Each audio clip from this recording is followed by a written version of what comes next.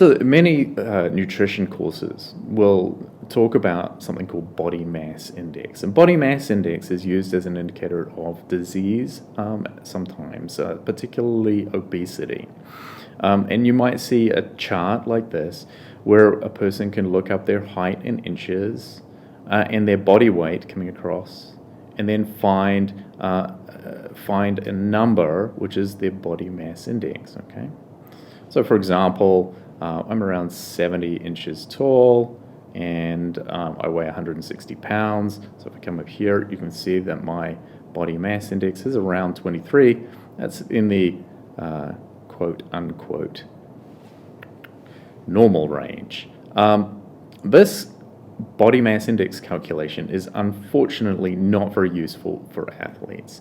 That's because athletes carry a lot of muscle, and muscle is very, very heavy. And because muscle is heavier than fat, body mass index is a very poor indicator of health for athletes. In fact, many athletes will be in the overweight category, which nonetheless is a healthy category, or even in the obese category if they're holding really heavy amounts of muscle because they're in explosive sports requiring short-term anaerobic energy and power over short periods of time. Athletes with really high muscle, containing really high muscle, can be in this obese category. Nevertheless, their body fat percentages will be very low, and in fact, they're very, very healthy. So, body mass index, not very useful for athletes. Please steer away from that. Okay. When people talk about body mass index, these are the categories that you'll see. You'll see that when people have a body mass index under 18.5, that is considered underweight. This is the one category for body mass index that, as an athlete, should pay attention to. If your body mass index drops below 18.5 or underweight, you should see a nutrition professional and a doctor to be sure that there's not some underlying cause for you being underweight. Most athletes, because they hold high levels of muscle, will find that they naturally fall in the normal to overweight category, and some athletes, particularly power athletes, will find that they're in the early obesity categories. They're not suffering from obesity.